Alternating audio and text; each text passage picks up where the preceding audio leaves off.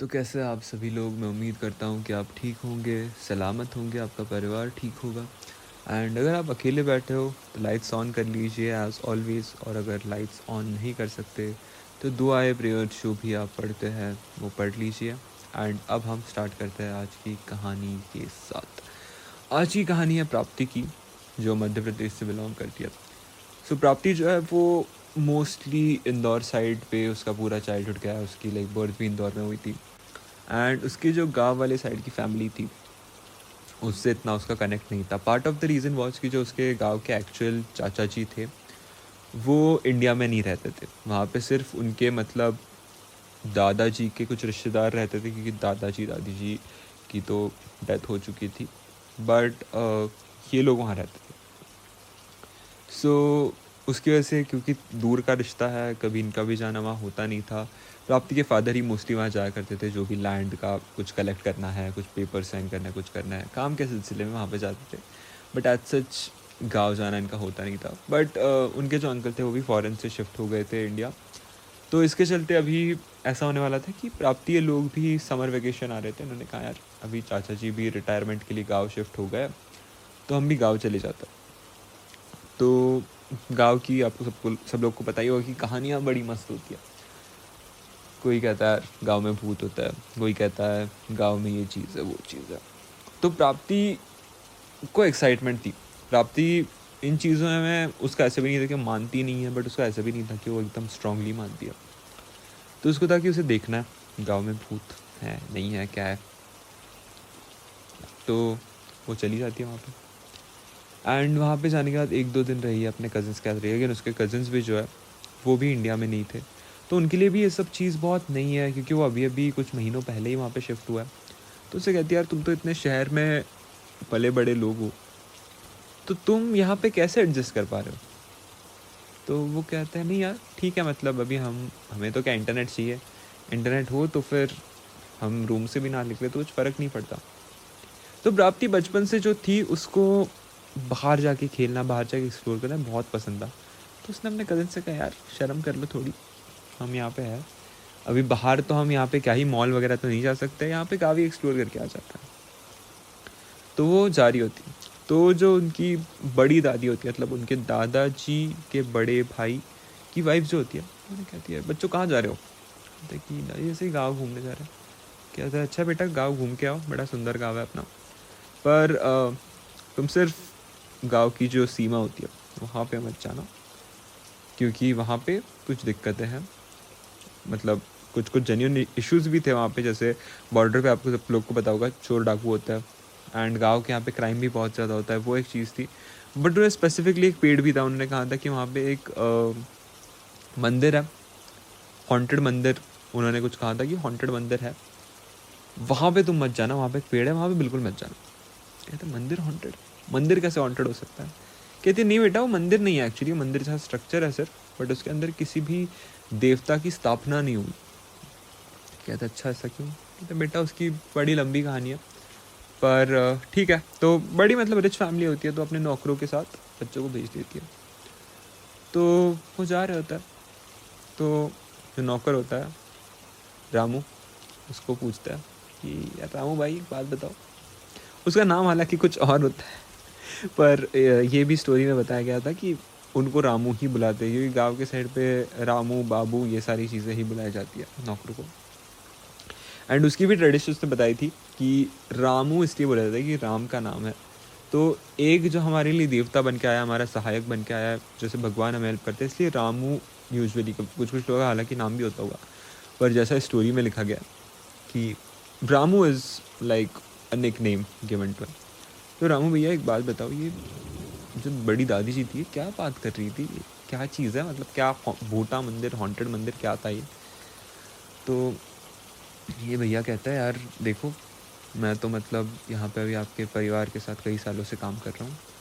मैंने आपके परिवार से तो इतना नहीं सुना, पर गांव के लोग बात करते हैं कि ये जो मंदिर है ना, ये एक्चुअली आपके ही परिवार का कुछ है, इसमें आपके ही परिवार का कुछ कुछ तो लिंक है इस मंदिर से।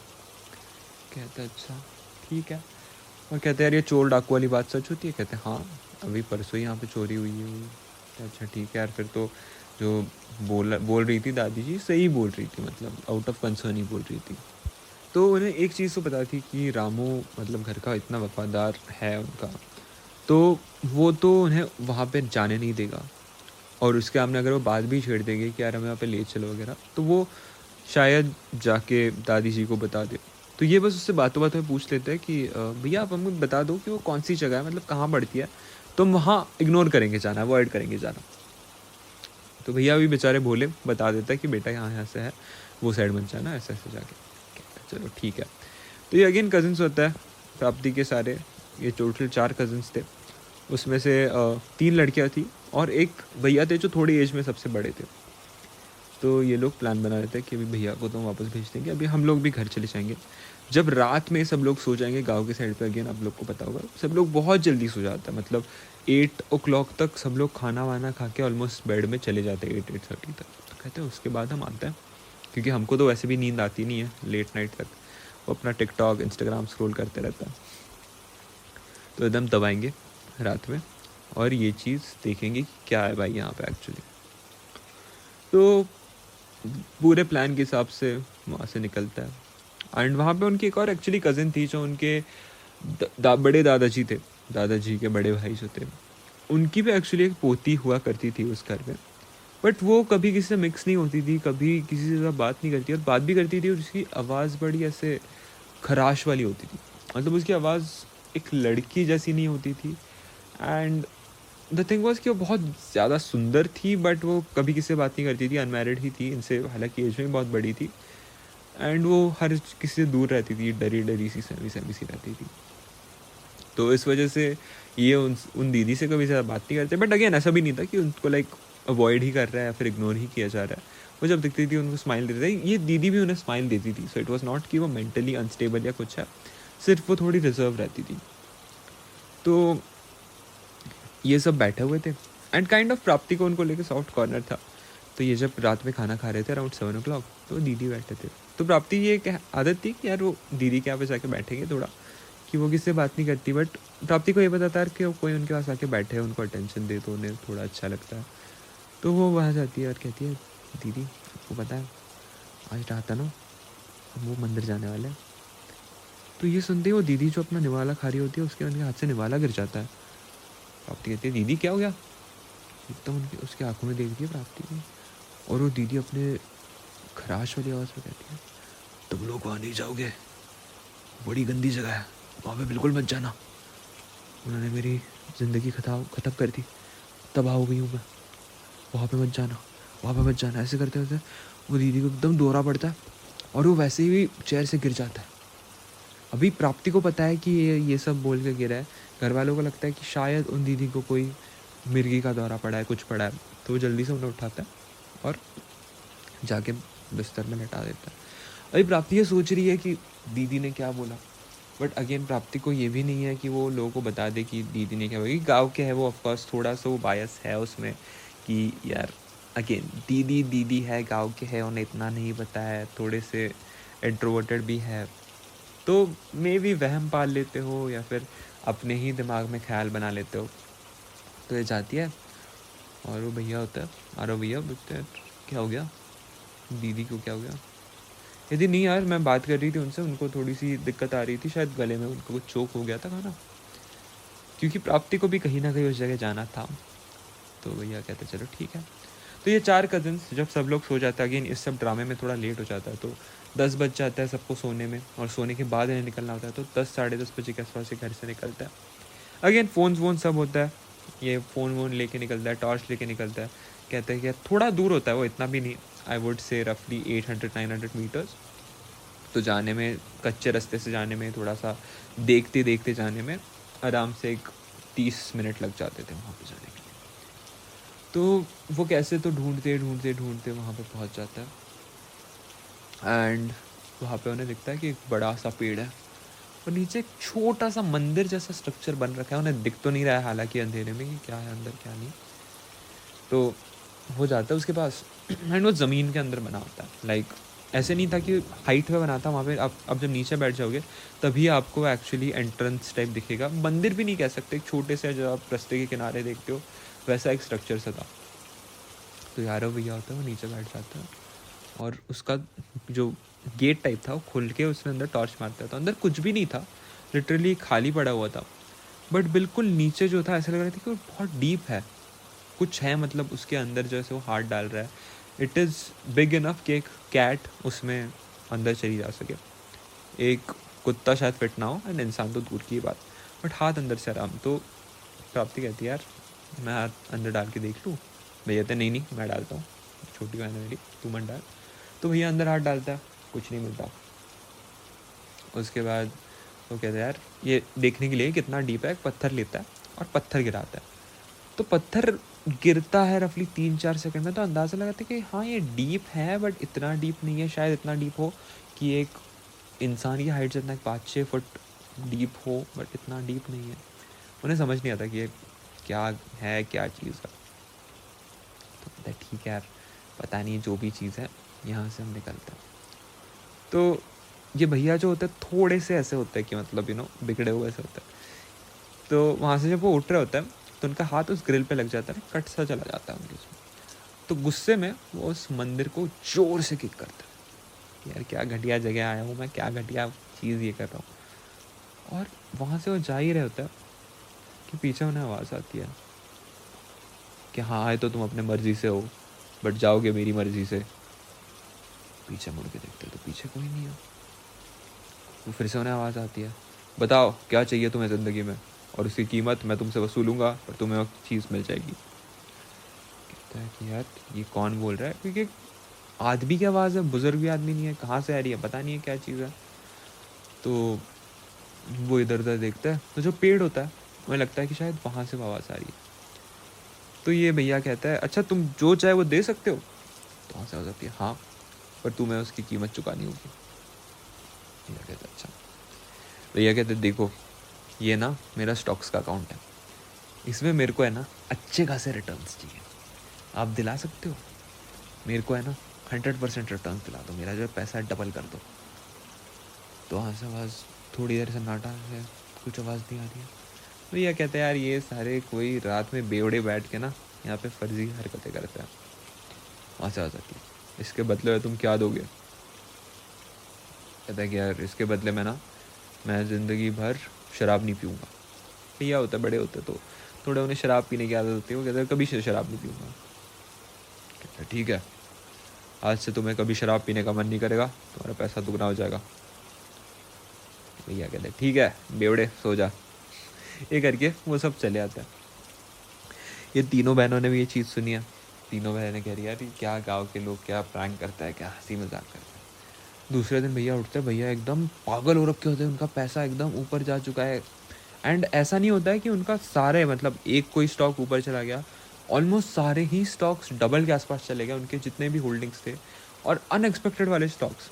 सो इवन तो कुछ कुछ स्टॉक्स बहुत ज़्यादा ऊपर नहीं गए, कुछ कुछ ऊपर, तो मोटा मोटी उनका पैसा डबल हो चुका है।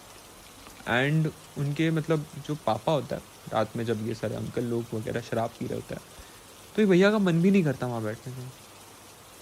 प्राप्ति ये नोटिस करती है, दूसरी दो बहनें नोटिस करती है, कहती है यार तो बड़ी सही चीज़ है, हम जो मांग रहे हैं वो मिल रहा है, एंड ये भैया तो मतलब इन्होंने अपनी बुरी आदत भी छुड़वा ली। तो ये वहाँ चले जाता है, और वहाँ पे जाने के बाद ये तीनों डिसाइड करती है कि हम तीनों ही यहाँ पे आए हैं, भैया को तो नहीं बुलाएंगे, हम तीनों यहाँ पे अपनी अपनी काम की चीज़ें मांग लेंगे, और फिर उसके बाद तो सब ठीक हो जाएगा। तो वहाँ पे जाता है और तीनों कहते हैं कि आप जो भी हो हमें भी अपनी इच्छाएं मांगनी है, आप आ जाओ। तो वहाँ पे किसी ने चॉकलेट लाया होता है, किसी ने कुछ लाया होता है, वहाँ पे उस पेड़ के यहाँ रखता है और कहता है कि आप ना प्लीज़ ये चीज़ें ले लो, ये हमारी बड़ी प्यारी चीज़ है और हमारी विशेस पूरी कर दो। ऐसे एक बार बोलता है, 2 बार बोलता है, 10 बार बोलता है, फिर भी कोई रिस्पॉन्स नहीं आता। उतने में एक लड़की को याद आता है कि भैया ने ना किक मारी थी, तो तब जाके वो ये चीज़ ये हुई थी। तो वो उस चीज़ को फिर से किक कर देती है, वो जो स्ट्रक्चर होता है, फिर भी कोई आवाज़ नहीं आती। उसे लगता है भैया ने अंदर हाथ डाला था, शायद तब कुछ हो।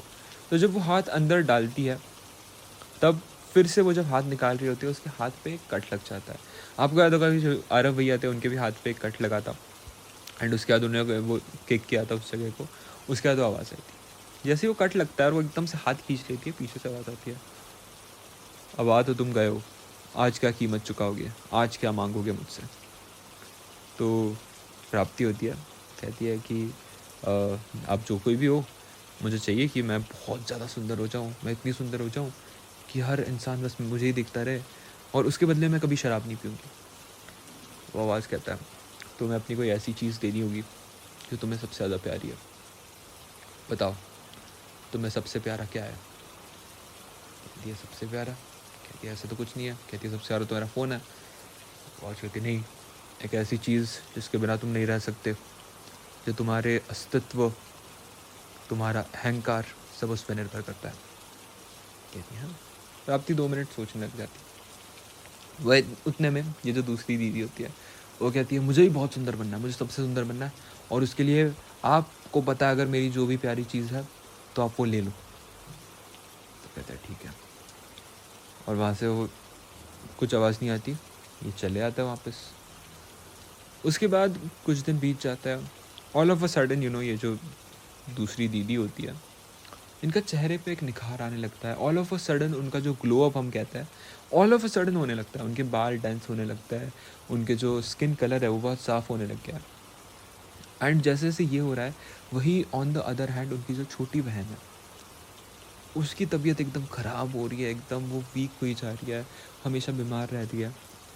एंड ये जब चल रहा है, तब वो जो दीदी थे जो चुप रहते थे, वो एक बार उनके पास आते हैं और उन्हें कहते हैं कि तुम मुझे सच सच बताओ कि क्या तुमने वहाँ जाके कुछ मांगा है। कहता है नहीं नहीं दीदी, क्या बात कर रहे हो, प्राप्ति से पूछ रहे थे। कहती नहीं नहीं दीदी। कहती देखो, ये छोटी के साथ हो रहा है, ये मुझे पता है, किसी ने इसकी बलि दी है, किसी ने इसको कुर्बान किया। प्राप्ति कहती क्या बात कर रहे हो। एंड ऐसे ही कुछ दिन चलता रहता है, और एकदम अचानक खबर आती है कि ये जो छोटी बहन थी इनकी, एकदम से इसकी हार्ट बीट्स पल्स नहीं मिल रही है, एकदम से ये मतलब इसकी बीमारी का रीज़न भी नहीं पता चल रहा था, but all of a sudden ऐसे हो जाता है कि वो नहीं है, वो उठ ही नहीं रही है, उसमें ये जान ही नहीं है उसकी बॉडी में, एंड वो ऑलमोस्ट मर चुकी है। एंड वो दीदी उसको पकड़ के रो रही है, कहती है यार तू तो मेरी ज़िंदगी थी, तू मेरा सब कुछ थी, तू मुझे ऐसे छोड़ के नहीं जा सकती। एंड तब प्राप्ति को क्लिक होता है कि यार, तो ये दीदी ने जो कहा कि मुझे मेरी सबसे प्यारी चीज़ ले लो, ये तो सबसे क्लोज अपनी छोटी बहन से ही थी। तो क्या जो भी वो चीज़ थी, क्या उसने सही में इनकी सबसे प्यारी जो चीज़ थी उसको ले लिया। ये थॉट्स उसके मन में आ रहा है कि यार ये नहीं ऐसे थोड़ी होता। बट अगेन छोटी जा चुकी है, उनकी छोटी बहन थी वो अब इस दुनिया में नहीं है, एंड कुछ गड़बड़ तो पक्का है, ये उसे भी पता है। तो रात में दीदी क्या चाहती है और उन्हें पूछती है कि दीदी क्या ऐसे सही में होता है। तो कहती है हाँ, मुझे भी इस चीज़ के बारे में पता चला था। बेसिकली वो कहती है कि जब वो यंग थी, उनकी एज की थी, तब उन्हें किसी ने बताया था कि वो मतलब उनकी आवाज़ बड़ी सुंदर सी थी, बड़े आवाज़ उनकी मतलब उनकी फेवरेट चीज़ थी अपने आप के बारे में, बड़ी कॉन्फिडेंट होकर वो गाने वगैरह गाती थी। ये तब की बात है जब शायद प्राप्ति ये लोग पैदा भी नहीं हुए थे, एंड उसकी शादी सिर्फ इस वजह से नहीं हो रही थी क्योंकि वो थोड़ी सी सांवली सी थी। तो उसको किसी ने बताया कि तुम्हारे ही किसी पूर्वज की यहाँ पे कब्र टाइप है, जहाँ पे तुम जो भी जाके मांगो तुम्हारे जो पूर्वज है तुम्हें दे देता है, क्योंकि बेसिकली उनका ही गाँव था, उनकी ही पीढ़ी दर ये गाँव चलाया जा रहा था। मे बी उनके कोई रूलर्स भी थे किसी ज़माने में उनकी फैमिली से, तो उस वजह से ऐसा कहा जाता है कि उनके किसी पूर्वज की कब्र है जहाँ पे जाके जो भी मांगो तो तुम्हें मिल जाता है, उसके बदले तुम्हें अपनी एक प्यारी चीज़ छोड़नी पड़ती है। तो वो जो दीदी थे उन्होंने भी वही चीज़ करी थी, और उसके बदले में उस चीज़ में उनकी आवाज़ ले ली थी। कहती है कि वो जो भी चीज़ है वो कोई देवता नहीं है, वो कोई भगवान नहीं है, वो सिर्फ उनके काम की है जो बुरे हैं। जैसे भैया की बात ले लो, भैया की एक बुरी आदत थी शराब, भैया को सबसे प्यारी थी शराब, इसलिए उनसे वो छीन ली गई। अब भैया की लाइफ अच्छी हो गई है, बट जो अच्छा है उनके साथ तो पक्का कुछ बुरा ही होता है। उनको कोई चीज़ मिलती ज़रूर है, बट उनके साथ बुरा ही होता है। ये अच्छा सिर्फ उनके साथ होता है ये जो पहले से बुरा है, एंड बड़े ही मिस्टीरियस वे में जो भी है वो चलता है। अब प्राप्ति ने ये चीज़ सुन लिया। प्राप्ति को पता नहीं है कि इस पे रिएक्ट कैसे करे, क्या करे। एंड उसने तो मतलब ये भी सुना था कि मतलब ऑफ कोर्स उसने कहा था ना कि तुम यहाँ पे आए हो तो अपनी मर्ज़ी से, बट जाओगे मेरी मर्ज़ी से। तो दीदी को बताती यार वो आवाज़ ने तो ये भी कहा था। कहती है कि हाँ इसका मतलब यही है कि तुम लोग मतलब अभी उसके इसमें हो। तो कहती है कि हाँ दीदी। कुछ दिन बीत जाता है तो ये जो आरफ भैया होता है उनके हाथ की चोट जो है वो डे बाय डे बढ़ती जा रही है, डे बाय डे बड़ी होती जा रही है। सेम इज़ हैपनिंग वो जो उनकी दूसरी दीदी थी जिसने विश मांगी थी और जिनकी वजह से छोटी की डेथ हो गई थी, वो दीदी के भी हाथ पे जो चोट लगी है वो बढ़ती जा रही है, बढ़ती जा रही है। तो ये जो थी इंट्रोवर्टेड वाली दीदी जो थी वो ने कहती है कि यार इनके हाथों पे चोटें कैसी लगी है। शालिनी दीदी नाम होता है उनका। कहती है कि इनके हाथों पे चोटें कैसे लगी हैं।